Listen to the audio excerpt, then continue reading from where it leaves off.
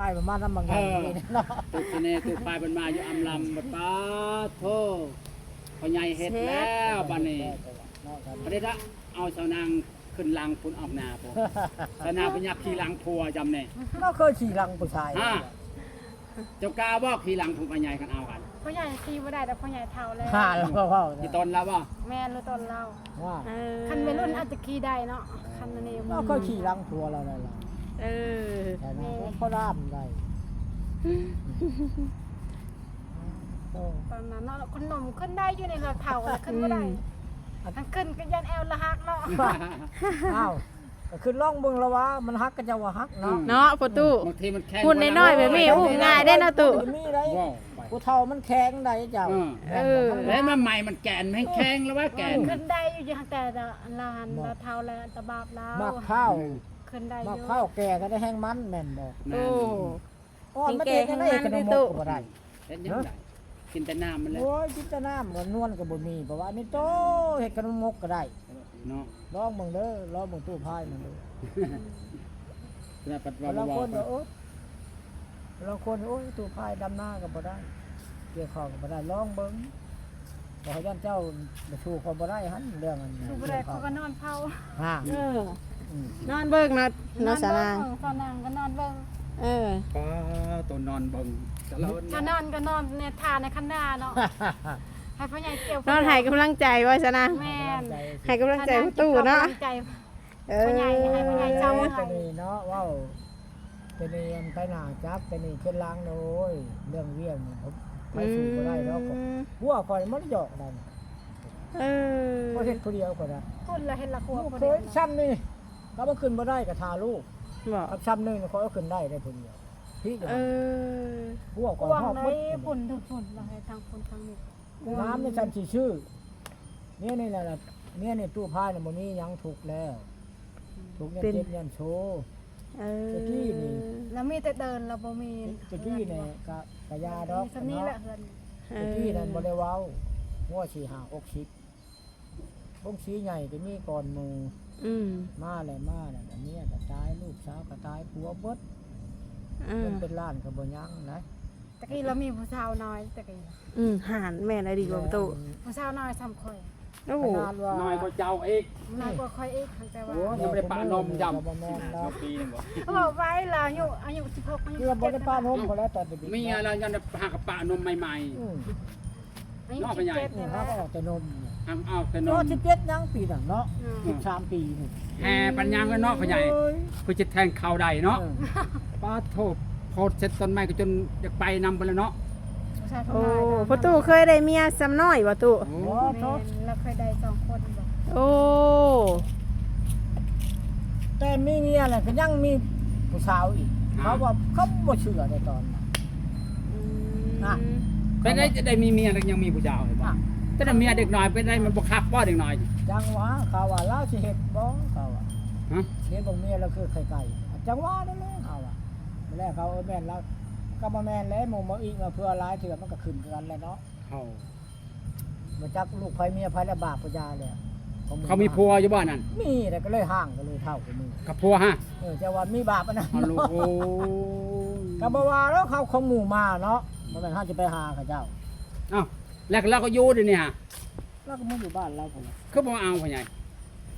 เป็นไรบ่คักบ่โอ้ อยากอยู่ผู้เดียวบอกประตู ก็บ่ว่าเนาะ ทายสาวนาง แม่นและเอา มันเป็นเรื่องครูมันบ่ มันบ่เป็นเนื้อคู่เนาะ มันบ่คิดอยากได้เลยบ่ คิดได้ อยากเล่นซื่อ ต้นอนันต์กับบ่ว่าต้นนั้นเนาะ ๆมันออกมาเพื่อเลยบ่ หมู่มาอีมาเพื่อจะได้เงินได้คำกำไรแล้วมันก็มีค่าแล้วว่าคนเนาะ โอ้ ในหันนะไปเสียชื่อๆมันก็ลุกตายแล้ววะนะ ในนั่นเนาะก็มันสิเป็นไปแล้วก็เลยมาล่ำตั้งแต่ไปแล้วก็เลยยาไปหั่นนะขอมันนั่นมันนั่นหรอกคนเนาะเขาก็บ่ได้ไปล้มไปเกี่ยวว่าจะรักจะจังซี่ดอกแล้วก็เลยเป็นไปเป็นแล้วก็เป็นแล้วบ่ได้ตีได้หิดอก เรื่องตัวนี้บ่ว่าเพิ่นว่าโตเนาะพยามันเกิดแล้วก็มันเกิดเป็นไป แม่นได้ตูด เฮาก็บ่ได้ว่าอะไรดอกก็บ่ได้ว่าเฮาสิไปว่าคนมักเจ้า โอ้ จังซี่หั่นนะ บ่าวคนโทรมารับรถน่ะ พระเจ้าว่าบ่มีผู้บ่าวบ่อึดนะลาวน่ะ ฮัลโหล อ่า แล้วไว้นั่น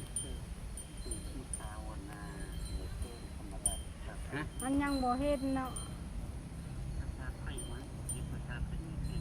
ภาษาไทยหรือภาษาลาว บอกให้ลาพี่คนหาเจ้าเท่านั้น ภาษาไทยเลยเป็นภาษาไทยนะเสื้อสีขาวเลย ชนะคือบ่ให้เพิ่นค้นหาเฟซเจ้า เจ้ากับคนชาวเพชรชาวนางตัวน้อยนั่นติจงยากอย่างชาวนางเราบ่ ถ้าว่าคนจอยแล้วคนน้อยๆอ่ะ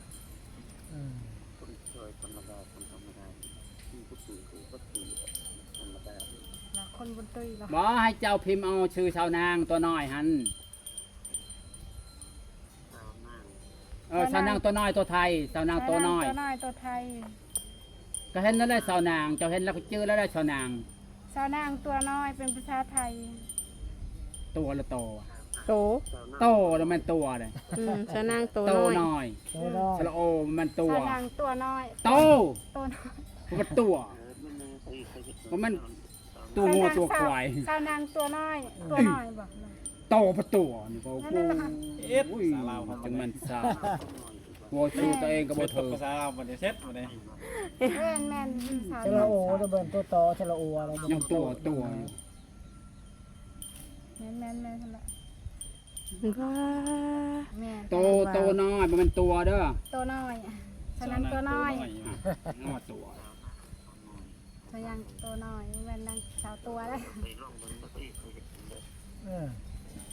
จะก็ลองเขียนเบิ่งดูเฮาเขียนบ่เห็นดอก มันขึ้นลายพดจากตัวใดตัวใด โอ้โหเนาะคันคือเรานี่สิฮู้เนาะเพราะว่าเราเห็นเราฮู้แล้วเนาะชะนางหน้าตาแบบใด นางแล้วเห็นแล้วโห เออ ชนางจะ ว้า มาชอบห้าไฟนั่น ผู้บ่าวนี่ก็โทรมาเป็นชายจนบ่ว่างเลยเนาะชะนาง เนาะพ่อตู้ มืดนะ อันนี้เห็น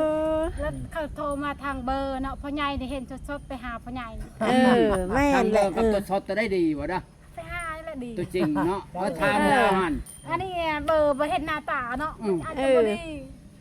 เนาะ คนโทรมาหยอกซื่อๆ มี เนาะ ตัวตนเนาะชนะเนาะ หารมาอีกแล้วชะนาง อันนี้ก็ผู้ใหม่อีก ผู้ใหม่โอ้ ฮัลโหล แบบภาษาบ้านโน้นแล้วโทรศัพท์จะมาฮ้อนแต่ละมือ ชาวบ้านโนอน ฮัลโหล ใช้ผู้ใด นั่นแหละเอากันนั่นน่ะ เออ มีกันแล้วนี่มีแต่ว่าบ่มีนะ เบอร์สาวนางอยู่บ้านยางสูงแม่น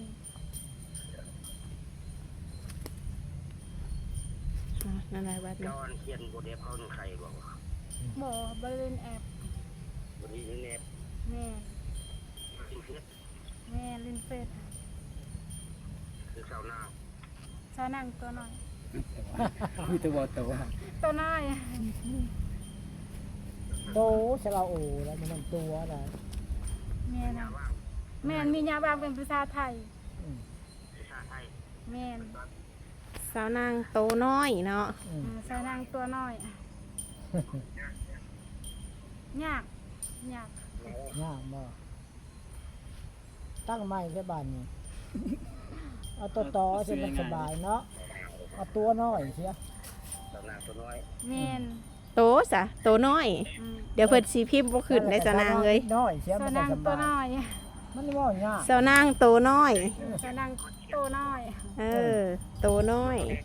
ฮะ เขาจะเขียนเฟซเขา โดย ตกใจเป็นเพื่อนเด้อ โดย เออ เป็นเพื่อนแล้วโอ้ เป็นโลดเป็นโลด เป็นโม พ่อตู้สิน้อยใจไปแจ๊กนี่พ่อตู้ ฮะ น้อยใจอยู่บ่ ได้บ่ได้น้อยได้ โอ้ ถ้าหันไปหาแล้วเนาะข่อยอันนี้มีแต่เบอร์ แน่นเลย เนาะ ผู้อยู่ใกล้ก็ผู้อยู่ไกลเนาะ บ่แพ้ผู้อยู่ใกล้เด้เนาะตู้ อยู่น้ำเนาะอยู่น้ำคู่มือนี่ค่ะ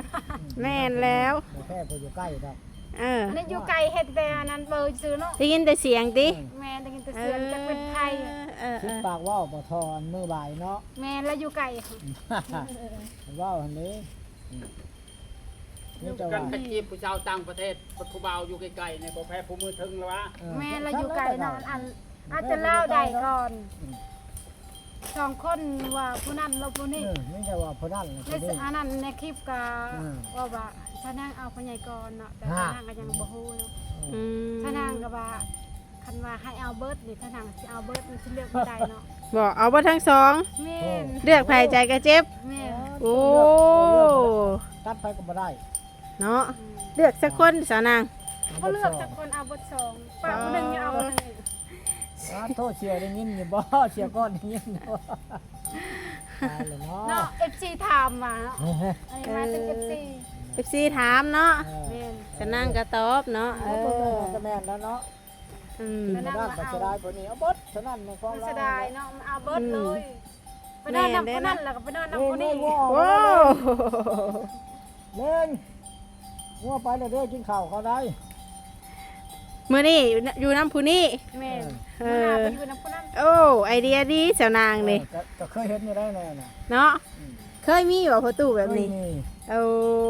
หลายอ แต่ ยู่ สาวนางยังบ่เคยมีสาวนางหางเฉลิมต้น มันนี่เป็นพ่อบ้านนี่แหละ สาวนางหาก็เริ่มต้นแล้ว เห็นหลายอยู่ สา นะ วนางหางก็เริ่มต้นหาผู้บ่าว อืม อ้าว ตะกี้บ่ได้หาเนาะสาวนาง แม่ เลยโสด สาวนางตอนนี้กำลังเปิดใจหาผู้บ่าว เอาสองอย่างเนาะมื้อนี้สองเสมอไปอยู่น้ำพนัน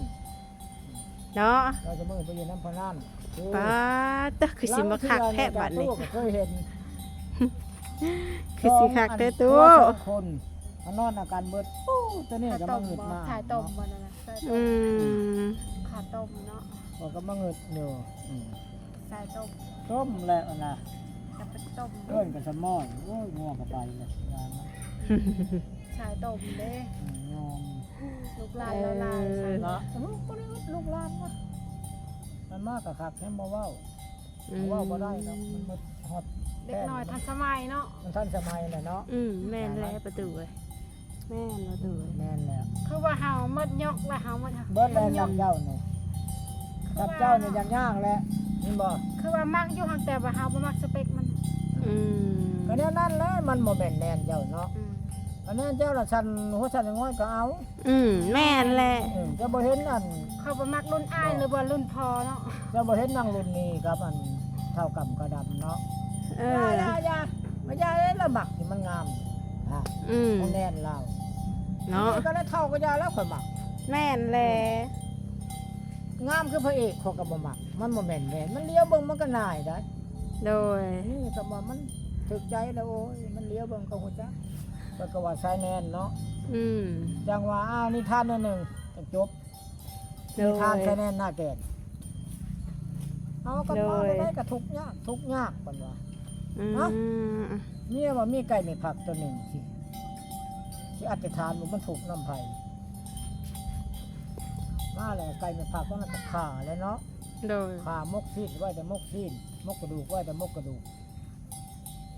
มกชุกแล้วก็เมียก็ตอกก้อนแล้วก็พ่อมกซีนโอ้ถูกน้ำผัวหรือถูกน้ำผัวหรือเต็มเช้าเฮ้ยจะได้มกไก่ก็กะพวกก็ไปกินมกกระดูกแล้วไก่สองมกเนาะไปถูกน้ำเจ้าเจ้านี้นี่แหละผัวนี่ไม่เมียเห็ดให้เห็ดหน้ากันเต็มลมเข้าเต้าคือแล้วเนาะ อืม อันนี้ยินข่าวว่าเมียเนี่ยหังมีเป็นดีแล้วเขาบริปะกัน โดย มาเลยมากลางคืนโลก ชิ้นลมมาเลยมัน ชิ้นน้อย ชิ้นน้อยมือชิ้นใหญ่ แม่น อืม จะนอนกระจบดอกมาเลยก็โอ้ยอะไรก็จะขึ้นจะขึ้นเบิ่งข่าวเขาบ่เคยเห็นเนาะ อืม อันนี้เกิดเป็นสติเปลี่ยนใจกันได้ชาแนนหน้าแก่นอยู่ว่าเขาจะมันป้ากันบ่ได้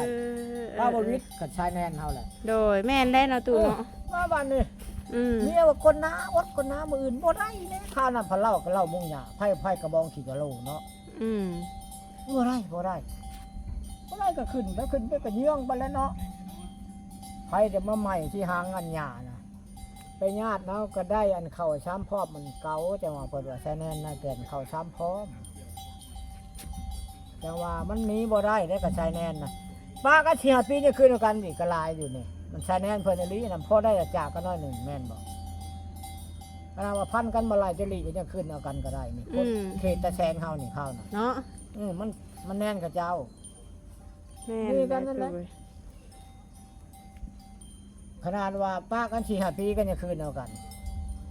ทักแต่ว่าคำนั้นพระพุทธเจ้าเพิ่นก็ห้ามอยู่ได้เรื่องนี้